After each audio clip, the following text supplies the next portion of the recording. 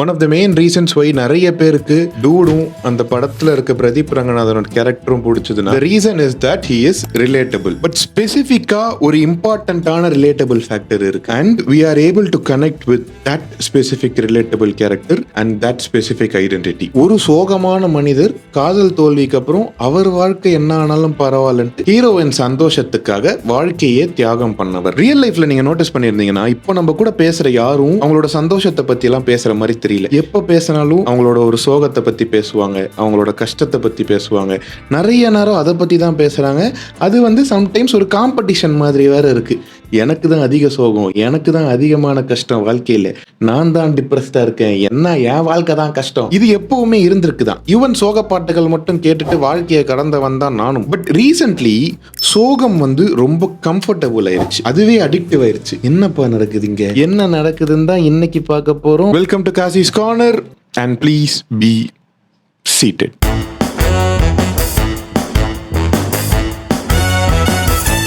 நம்ம social media use பண்ணும்போது கண்டிப்பாக நிறைய பேரை பார்ப்போம். People expressing themselves as either being sad or depressed. Most of the times அது வந்து ரொமான்டிசைஸ் பண்ற மாதிரி இருக்கும். எய்தர் ஒரு அக்செப்டபிளான ஒரு விஷயமாவோ இல்லைன்னா அப்படி இருக்கிறது வந்து அது ஒரு கூலான பர்சனாலிட்டியா இருக்குங்கிறதுக்காக அதை வந்து அவங்களோட பர்சனாலிட்டியில அவங்க சேர்த்துப்பாங்க. அவங்களுக்கு இருக்கிற மென்டல் இல்னஸே வந்து நிறைய பேர் ஒரு ஏஸ்தட்டிக் மாதிரி ட்ரீட் பண்ணுவாங்க. இதை வந்து டிப்ரெஸ்டா இருக்கவங்க நிறைய பேர் பண்ணி பார்த்துருப்பீங்க. ஏடிஎஸ்டி இருக்கிறவங்க இது ஒரு கூலான பர்சனாலிட்டி டைப்புங்கிறதுனால அதை அடிக்கடி சொல்லிட்டே இருப்பாங்க.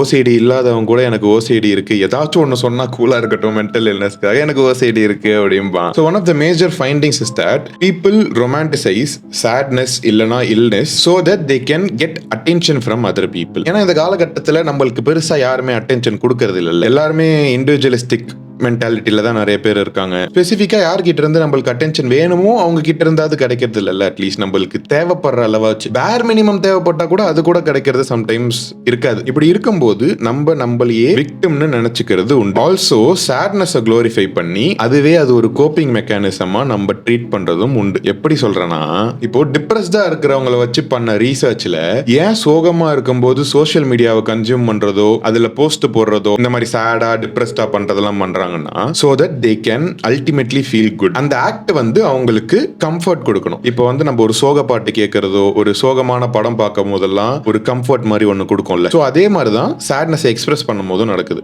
Some people romanticise sadness for instrumental motives. Instrumental மோட்டிவ்ஸ்னா என்னன்னா, கம்ஃபர்ட் கொடுக்கறதெல்லாம் தாண்டி கம்ஃபர்ட்லாம் மேட்டர் கிடையாது. இப்போ பெருசா அவங்களோட குட் ஃபீலிங்கை வந்து அவங்களே தள்ளி வைப்பாங்க. எனக்கு இது கிடைக்கிற வரைக்கும் நான் சோகமா தான் இருப்பேன், எனக்கு இந்த வேலை கிடைச்சாதான் நான் சந்தோஷமா இருப்பேன், இவ்வளவு வெயிட் குறைச்சாதான் நான் சந்தோஷமா இருப்பேன், எனக்கு இந்த வீடு நான் வாங்கினதுக்கு அப்புறம் தான் நான் சந்தோஷமா இருப்பேன், நான் எக்ஸ்பெக்ட் பண்ற மாதிரி என் லைஃப் மாறினாதான் நான் சந்தோஷமா இருப்பேன்ட்டு அந்த டிசையர் பண்ண மேட்டர் கிடைக்கிற வரைக்கும் டெலிபரேட்டாவே அவங்கள அந்த சோகமான ஸ்டேட்ல நிறைய புஷ் பண்ணிக்கிட்டே இருப்பாங்க. அங்கேயே தங்கிடுவாங்க. ஏன்னா நான் ஆசைப்பட்டது எனக்கு கிடைக்கல, வேற எதையும் நான் பெருசா என்ஜாய் பண்ண மாட்டேன், எனக்கு வந்து அது எதுவும் தேவைப்படாது, பண்ணா கில்ட்டியா ஃபீல் ஆகிற மாதிரி இருக்கும், இன்னும் நம்ம அதுவே பண்ணல இதுக்கு போய் சந்தோஷப்படுறதுங்கிற மாதிரி இருக்கும். So according to the theory of self verification, விக்டிம்ஹுட்ல இருக்கவங்கலாம் அவங்க ஒரு விக்டிம் அப்படிங்கிற ஒரு ஐடென்டிட்டியை கிரியேட் பண்ணிக்கிட்டு அதுக்கு ஆட் ஆன் பண்ற மாதிரி தான் நிறைய விஷயம் பண்ணுவாங்க. அந்த பிலீஃபை ரீஎன்ஃபோர்ஸ் பண்றதுக்காகவே சோகமா இருப்பாங்க. வேணும்னே சோகமான விஷயம்லாம் நிறைய பண்ணுவாங்க. இதுக்கு வந்து நம்ம வந்து 2 கேஸ் ஸ்டடி எடுக்க போறோம். ஒன்னு டூடு பிரதீப் ரங்கநாதன், இன்னொன்னு வந்து திருச்சிற்றம்பலம் தனுஷ். இந்த 2 கேரக்டர் அனாலிசிஸ் லைட்டா பண்ணோம்னு வச்சுக்கோங்களேன், கொஞ்சம் பெட்டரா புரியும். அதுக்கு முன்னாடி ஜென்ரலா films shape and represent society. Obviously ஃபேஷன்ல இருந்து பர்சனாலிட்டி வரைக்கும் எல்லாமே சொசைட்டியை ஓரளவுக்கு ஷேப் பண்ணி வச்சிருக்கு. இப்போ ஃபேஷன்ல கூட சந்திரமுகி ஷர்வானி, போக்கிரி விஜயோட ஆரஞ்சு கலர் ஓவர் கோட்டு, ஜானுவோட 96 மஞ்சள் கலர் சுடிதார், அதெல்லாம் வந்து ஒரு கல்ச்சரல் ஃபினாமினானே ஆச்சு இல்லையா? அதனால அவங்களோட ஃபேஷன் சென்ஸே சேஞ்ச் ஆகும். அதே மாதிரி தான் கேரக்டரும் நிறைய நடக்கும். இப்போ சிக்மா மீம்ஸ் எல்லாம் நிறைய என்கேஜ் பண்றவங்க அந்த அமெரிக்கன் சைக்கோ மீம் எல்லாம் நிறைய என்கேஜ் பண்ணி அந்த பர்சனாலிட்டியை நிறைய உள்வாங்கும் போது நிறைய பேர் சிக்மா ஆனார்கள் இல்லையா? அந்த மாதிரி படம் ரெகுலரா பாக்குற எல்லாருமே, ரெகுலரா இல்லைன்னா கூட மாடரேட்டா பாக்குற எல்லாருமே ஓரளவுக்கு ஒரு பர்சனாலிட்டி டைப் அவங்களுக்கு பிடிச்ச கேரக்டர்ல இருந்து எடுத்திருப்பாங்க, இல்லைன்னா அவங்களுக்கு ரெசனேட் ஆகிற கேரக்டர் கிட்ட இருந்து எடுத்திருப்பாங்க. டிப்ரெஷன்லயே இருக்கும் போது ஜோக்கரோட நிறைய பேர் ரிலேட் பண்ணுவாங்க. நைட் நைட்டு தூங்காம இருந்தோம்னா பேட்மேனோட நிறைய பேர் ரிலேட் பண்ணுவாங்க. The identity of that specific character is very similar to how we feel. ஜோக்கருக்கு எவ்வளோ உள்ளக்குள்ள குமுறல் இருக்கோ அந்த மாதிரி குமுறல் நமக்கும் இருக்கு, அந்த மாதிரி ஒரு ஃபீலிங் நமக்கும் இருக்கிறதுனால ஜோக்கரோட ரிலேட் பண்ணுவோம். இந்த ஐடென்டிட்டி வந்து நம்மளோட ஃபீலிங்ஸ் ட்ரிகர் ஆகிற மாதிரி ஒரு கேரக்டர் பார்த்துட்டோம்னு வச்சுக்கோங்களேன், பிரெயினோட ஆக்டிவிட்டி இன்க்ரீஸ் ஆகுது and we tend to relate to that person even more and ultimately associate ourselves with the character. திருச்சிற்றம்பலம் தனுஷோட அந்த பழம்ங்கிற கேரக்டர் பாத்தீங்கன்னா ஆக்சுவலா நிஜமாவே ஒரு விக்டிம் தான். சின்ன வயசுல வந்து அவங்க அப்பா கேர்லெஸ்ஸா இருந்ததுனால ஒரு ஆக்சிடென்ட்ல அவங்க அம்மாவை லூஸ் பண்ணிருப்பான். அவங்க அம்மா வந்து அவனுக்கு இப்ப திரும்ப வேணும். அவங்க அம்மா கிடைக்கிற வரைக்கும் அவன் சோகமா தான் இருப்பான். இதுவும் இன்ஸ்ட்ருமெண்டல் மோட்டிவ் தான், பட் வேலிட் அண்ட் அக்செப்டபிளான ஒரு இன்ஸ்ட்ருமெண்டல் மோட்டிவ். டூட் பிரதீப் ரங்கநாதனோட கேரக்டர் பார்த்தீங்கன்னா டூடு நிஜமாவே ஒரு விக்டிம் கிடையாது. தியாகம் பண்ணிட்டோங்கிற மன திருப்திக்காக அவனை விக்டிம் நினைச்சிட்டு மறுபடியும் தியாகம் பண்ணிக்கிட்டே இருப்பான், சோகமாவே இருந்துகிட்டு இருப்பான். இப்போ டூட வந்து குரல் ஏமாத்திருந்தா ஓகே விக்டிம், ஆனா வேணான்னு சொல்லியாச்சு, case close, everything over, pack up முடிஞ்சு போச்சு, அது ஃபம்பிள் தான். ஆக்சுவலியே ஃபம்பிள் தான் பண்ணியிருந்தா கூட அதை டீப்பெண்ட் பண்ணாம நான் விக்டிம் தான்ட்டு அந்த விக்டிம் காம்ப்ளெக்ஸ்ல இருந்தும் நிறைய பேர் சோகமா இருப்பாங்க. இன் ரிட்டன் வந்து தியாகம் பண்ணிட்டோம் அப்படிங்கிற ஒரு ஃபீலிங் கிடைக்கிறதுக்காக, ஹீரோ ஃபீலிங் கிடைக்கிறதுக்காக. ஏன்னா ஜென்ரலா கல்ச்சுரலி கோலிவுட் பார்த்து நம்மளுக்கு டெவலப் ஆன செல்ஃப் வெரிஃபிகேஷன் ஐடென்டிட்டி. ஏன்னா நம்ம பார்த்து வளரும் போதே காதல் பண்ணி தியாகம் பண்ணவர்கள் ஹீரோவா இருக்கிறதை பார்த்திருப்போம் நிறைய. சோ அந்த மாதிரி ஹீரோயிசம் ப்ரொஜெக்ட் பண்ணதுனால அதே மாதிரி நம்மளும் பண்ணா ஹீரோயிசம் நம்ம தான் மெயின் கேரக்டருங்கிற மாதிரி ஃபீலிங்காகவே பண்ணுவோம். ஸோ இந்த மாதிரி பர்சனாலிட்டிலாம் நம்மளுக்குள்ளே இன்கார்பரேட் பண்ண வாய்ப்பு இருக்கு, provided we think it is cool, the behaviors are cool. இப்போ அமெரிக்கன் சைக்கோ, ஜோக்கர், டூடு, இந்த மாதிரி கேரக்டர்ஸ் அசோசியேட்டட் மீம்ஸ் எல்லாம் இருக்கும்ல, எடிட்ஸ் எல்லாம் இருக்கும்ல, இதுல அடிக்கடி என்கேஜ் பண்ணி இதை ரொமான்டிசைஸ் பண்ணும்போது அது ஒரு கம்யூனிட்டி மாதிரி ஃபார்ம் ஆகும். Now that community is miserable together also because they want to fit into a group. இப்போ சோகமான கேரக்டர்ஸே ரிப்பீட்டடா பார்த்துக்கிட்டே அவங்களோட ஐடென்டிஃபை பண்ணும்போது sadness is not something you feel. அது வந்து அப்பப்போ வர ஃபீலிங் கிடையாது, அப்பப்போ வர அந்த ரிலேட்டபிலிட்டி கிடையாது, but it becomes a personality type. உங்களோட பர்சனாலிட்டிக்குள்ளே அந்த எமோஷன் தங்கிரும். ஆனா இதெல்லாம் விட there is a deeper layer which we have to know to understand why we are actually sad. இப்போ ஹியூமன் சாக்ரிஃபைஸ்லாம் பார்த்தீங்கன்னா பாஸ்ட்ல ரிச்சுவல்ஸா ஃபெஸ்டிவல்ஸா நிறைய நடந்திருக்கும். ஃபார் எக்ஸாம்பிள் வந்து ரோம்ல நடந்திருக்கும், கிரீஸு, ஹாலண்டு, அந்த மாதிரி நிறைய ஊர்ல நடந்துச்சு அந்த காலத்துல. நம்ம ஊர்ல இன்னமும் ஹியூமன் சாக்ரிஃபைஸ் அங்கங்க சைலண்டா பண்ணிக்கிட்டு தான் இருக்காங்க. என்னதான் லா இதெல்லாம் வந்தாலும் சைலண்டா அங்கங்க பண்ணிட்டு தான் இருக்காங்க. அதுக்கு பேர் வந்து நரபலின்னு சொல்லுவாங்க, கேள்விப்பட்டிருந்தீங்கன்னா தெரியும். கடவுளுக்கு, குலதெய்வத்துக்குன்ட்டு ஒரு ஆஃபரிங்கா பண்ணிக்கிட்டு இருந்தாங்க. இதெல்லாம் வந்து அந்த காலத்துல ஒரு ஊர்ல ஒரு ஈவெண்ட் மாதிரி. முன்னாடிலாம் கல்யாணத்துக்கு வந்து ராஜா ராணிகள் எல்லாம் என்டர்டெயின் பண்றதுக்கெல்லாம் ஹியூமன் சாக்ரிஃபைஸ் நடக்கும். கேம் வந்து ஹியூமன் சாக்ரிஃபைஸ்க்கான கேம் எல்லாம் நிறைய நடத்துவாங்க. அதே மாதிரி கில்ட் இல்லாம சாமி கிட்ட ஒண்ணு கேட்கறதுக்கு, நான் இது உனக்கு கொடுக்குறேன், நான் ஒரு சாக்ரிஃபைஸ் பண்றனோ ஏதோ ஒன்று பண்றனோ அதுக்காக எனக்கு ஒன்று திரும்ப கிடைக்கணும். அந்த மாதிரி மூட நம்பிக்கைகள்லாம் நிறைய சாக்ரிஃபைஸ் பண்ணிட்டு வந்தாங்க, இப்பயும் பண்ணிட்டு தான் இருக்கும் நிறைய. இன்னொரு ஃபார்ம் ஆஃப் ரிச்சுவலா செல்ஃப் இன்ஃபிளிக்டட் டார்ச்சர்ஸ் எல்லாம் நிறைய பண்ணுவாங்க. இந்த தீ மிதிக்கிறதெல்லாம் பண்ணுவாங்க, அப்புறம் இந்த மண்சோறு சாப்பிடுறது. ஹியூமன்ஸ்னாலே கில்ட் இருக்கும் கரெக்டா. சம்டைம்ஸ் பாவ மன்னிப்பு கேட்கறதுக்கு பண்ணுவாங்க, சாமி கண்ணை குத்திரோங்கிற ஒரு பயத்துல பண்ணுவாங்க.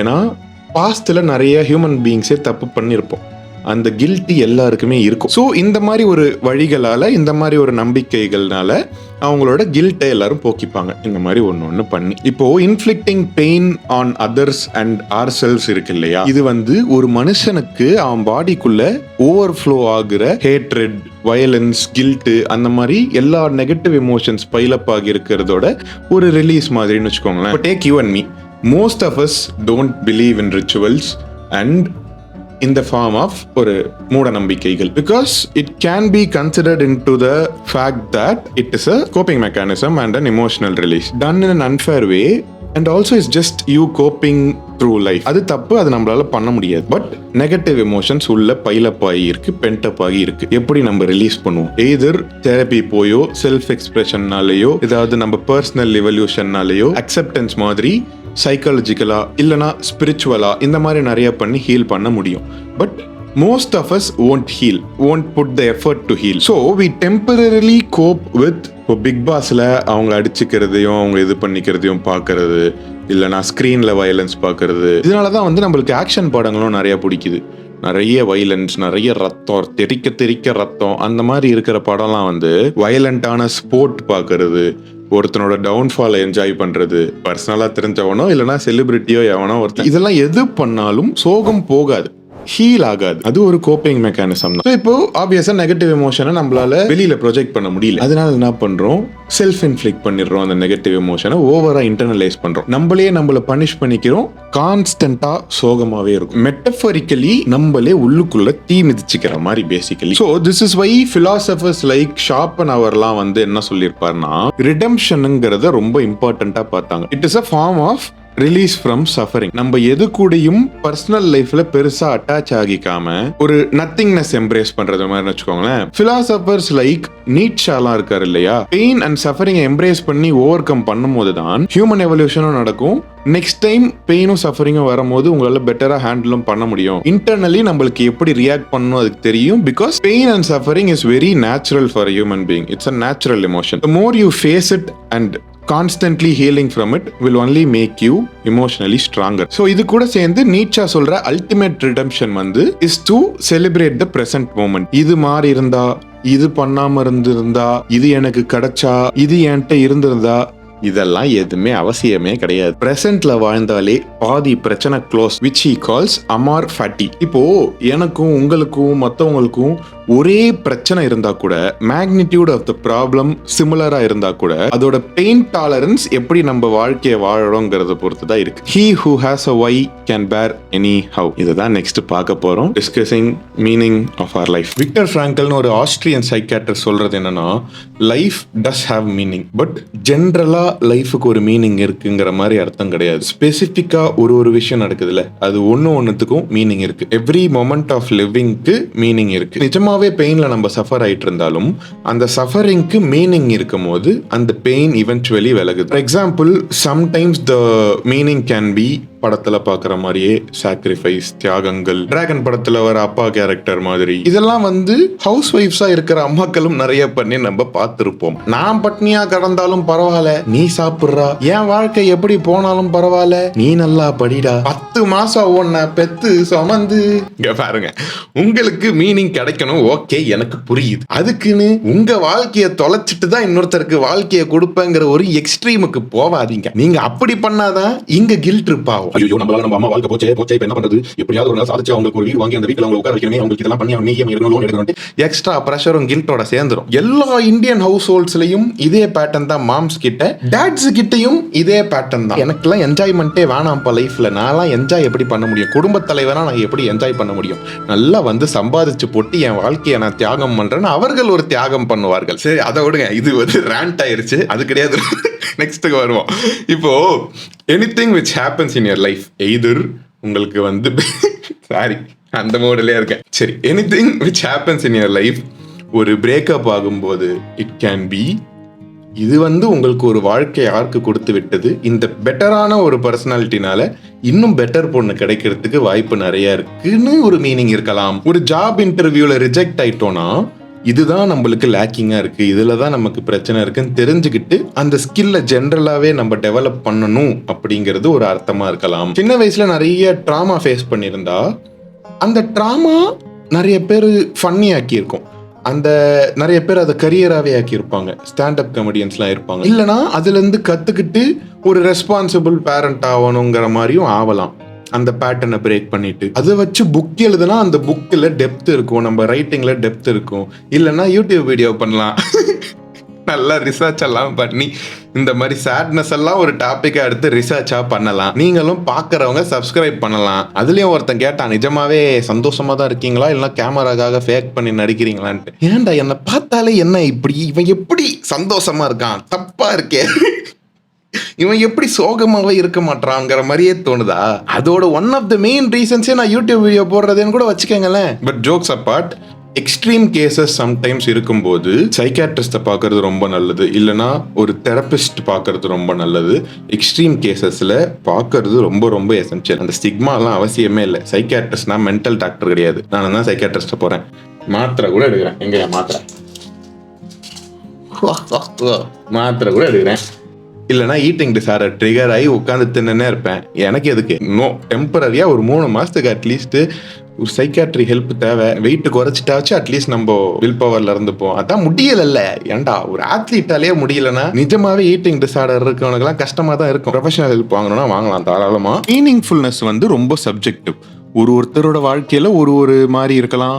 அவங்க லைஃப் எப்படி போகுது, அவங்க என்னெல்லாம் எக்ஸ்பீரியன்ஸ் பண்றாங்க வாழ்க்கையில, அதுக்கு அவங்க இன்னர் லைஃப் எப்படி ரியாக்ட் பண்ணுது, ஐடியாஸ், எமோஷன்ஸ் ரெண்டுமே தான். Even if you find things meaningful and you are still sad, it's fine. Negative emotions வந்து ரொம்ப வேல்யூபிள். அது வந்து அந்த நெகட்டிவ் எமோஷன்ஸோட ப்ராசஸ் முடியும் போது it can lead you to something much more bigger. ஆனா வந்து அப்சசிவா அந்த சோகமான ஸ்டேட்லயே புஷ் பண்றது இருக்கு பாத்தீங்களா, ஆர் அதையே குளோரிஃபை பண்றது, ஆர் வந்து ஹாப்பினஸுக்கு நான் டிசர்விங்கே இல்லை, நான் என்ன சாதிச்சேன் நான் சந்தோஷமா இருக்கிறதுக்கு, இதெல்லாம் வந்து நம்மளா யோசிச்சுக்கிறது தான். நம்மளா நம்ம மேலே போட்டுக்கிற ப்ரெஷர் தான்.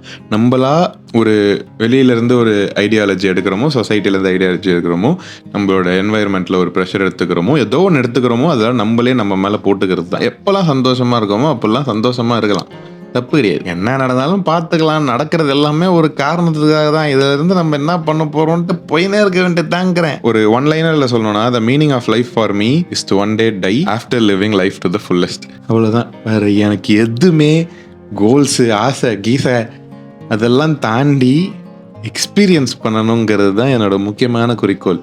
நடக்கிற எல்லாத்தையுமே எக்ஸ்பீரியன்ஸ் பண்ணணும். Find happiness in the smallest things which happen in life. Just like any game you play. ஒரு கேம் எதுக்கு ஆடுவோம், அந்த கேம் முடிக்கிறதுக்கு ஆடுவோம். But what gives you excitement is when you actually play the game. சில பேருக்கு easy mode ஜாலியா இருக்கலாம், நார்மல் மோட் ஜாலியா இருக்கலாம், சில பேருக்கு ஹார்ட் மோட் ஜாலியா இருக்கலாம். எவ்வளவு கஷ்டமா இருந்தாலும் ஜாலியா இருக்கலாம். நீங்க கார்டு மோட்ல டிஃபிகல்ட்டி வச்சு ஆடினாலும் ஜாலியா இருக்கலாம். காண்டா தான் இருக்கும், கொன்னுனே இருப்பானுங்க நம்மள, ஏதாவது நடந்துனே இருக்கும், காண்டா தான் இருக்கும். ஆனா அந்த எக்ஸ்பீரியன்ஸே பயங்கரமா இருக்கும்ல கேம் ஆடுறதுக்கு. So life never stops to have meaning since birth, in suffering, even in death. So thank you for staying until here. This has been Kasi's Corner. Tata.